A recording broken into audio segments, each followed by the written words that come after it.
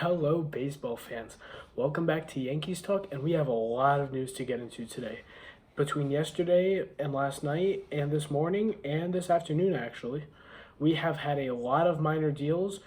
They're small, but there are big names coming off the market, whether it's for 1 year, 2 year, and there's even less options now. So let's dive right into it. Starting off with the Astros. The Astros recently today have just signed, or should I say, re-signed Michael Brantley. They had a left field option and a hole that they needed to fill, and Michael Brantley was their man for the job. After losing out on Benintendi, such as other teams like the Yankees, they have really needed to fill that spot, and Brantley was the perfect fit for them. They brought him back on a 1 year, $12 million deal, and he had a great year last year. 36-year-old explains the 1 year deal. He's getting older, but he had a batting average of 288, really solid contact guy. He had 5 home runs, so not a lot of power, but he could hit some. Everybody does. He had 26 RBIs and an OPS of 786. He had a really solid year. He's not a amazing defender, as he's really starting to decline a little bit, but that's what happens as you get older usually. But at the same time, he's still a pretty solid defensive guy, and having him back on the team will really help reinforce that outfield that they needed to. Next, let's move on. I mentioned yesterday in the video that Justin Turner was being talked to by the Dodgers and Red Sox, and turns out, as I said, he was going to get a 1 year or 2 year deal. He got a 2 year deal with the Red Sox, and that is a phenomenal move by the Red Sox. He signed with a 2 year, $22 million deal, making $11 million per, and that is a great move by the Red Sox. Sure, it doesn't really replace the fact that they lost Xander and JD Martinez, but essentially they basically traded JD Martinez for Justin Turner with the Dodgers when you think about it, because the Dodgers got JD now, and now the Red Sox have Justin Turner. So it wasn't all that bad for the Red Sox in the end. They basically replaced JD Martinez with Justin Turner, which is a really solid move. They could use him at first base, sometimes at third, especially for depth if Devers were to ever get injured, and especially if he were to need a rest day like some guys do.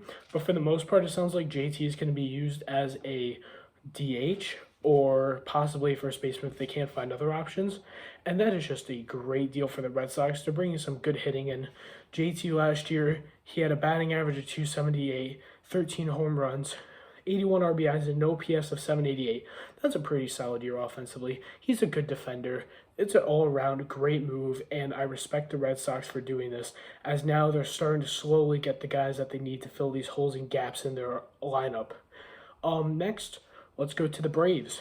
The Braves have added former Diamondback Jordan Luplow. He's an outfielder, and they signed him to a 1 year, $1.4 million deal. Luplow did not play a lot last year. He had 9 at-bats, so the statistics from 2022 are a very small sample size of what he actually could have done. He had a batting average of 333, 1 home run, 6 RBIs, and an OPS of 1289. It's a small sample size. He could have declined, he could have inclined, we don't know. It's only 9 at-bats. Solid statistics, but like I said, it's not really the whole year, obviously. It's not even close to what other guys have. So if he plays a full year with the Braves, I could see him doing better, and I would love to see him play. He seems like a pretty good guy, and the Braves, who are looking for outfield depth, this is a great opportunity for them to come in and fill in that gaps and holes that they need in order to replace those guys and get depth in that outfield. Next, the Padres have officially beaten out the Dodgers in the race for Seth Lugo.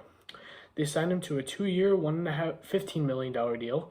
And this is a great move by the Padres after losing Mike Clevenger and some other bullpen starting pitching guys. They needed starting pitching or bullpen. Seth Lugo can go either way. He's only made 12 starts in his career, but the Padres were looking to possibly start him every now and then. So this would be great pitching depth as well as having him for the bullpen. And he has an overall career ERA of 4.35, but he also had a really solid year last year with a 3.60 ERA. And honestly, Seth Lugo could be going into a really decent spot right now and starting to incline, and I could really see him stepping up the pace and really doing well for the Padres. Next, a surprise move came yesterday. I saw that Connor Joe got traded from the Rockies for right-handed pitcher Nick Garcia from the minor leagues to the Pirates. And this was a very surprising move on my end, mostly because Connor Joe did pretty well for the Rockies last year comparatively to some other players, except Crone and maybe Chris Bryant when he wasn't injured. But Connor Joe overall didn't have the best year, but he definitely didn't have a bad year, in my opinion. He was good on defense, and his offensive stats were okay, but they definitely weren't terrible. And in my opinion, I don't know if this is a good move or not, but I'll explain more later. So keep watching. But in my opinion, the Pirates pretty much won out on this deal. They're looking to slowly rebuild their team, and with Brian Reynolds looking for a trade, bringing Connor Joe kind of brings in that replacement for him. There's no way Brian Reynolds can really be replaced, I should say, but more so the fact that they just have a guy to fill in the gap for the moment in Connor Joe, which isn't terrible. So Connor Joe last year, he had a batting average of 238, 7 home runs. He had 28 RBIs and an OPS of 697.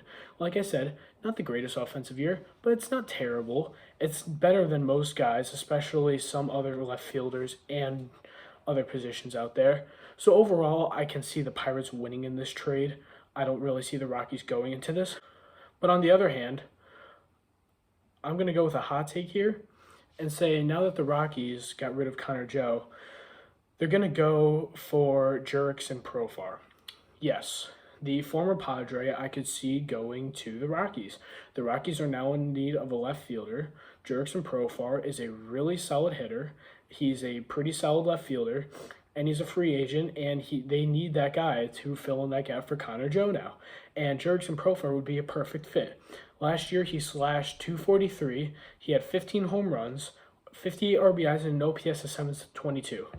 That is a really solid stats, and he is a great fill-in guy for the hole that is needed for the Rockies. And I could see the Rockies picking him up because they're trying to rebuild. They could rebuild around C.J. Crone, Chris Bryant. That would be a great addition with Jurickson Profar. Sure, they won't compete for the division title by any means, but they could definitely just start rebuilding, and they could look in the future to possibly seek and try and get into that division. Now to the last segment of the video today, the Yankees information. So, are the Yankees in on Conforto or are they out? We heard recently that the Astros were in on Conforto. The Mets were possibly in on Conforto. The Cubs.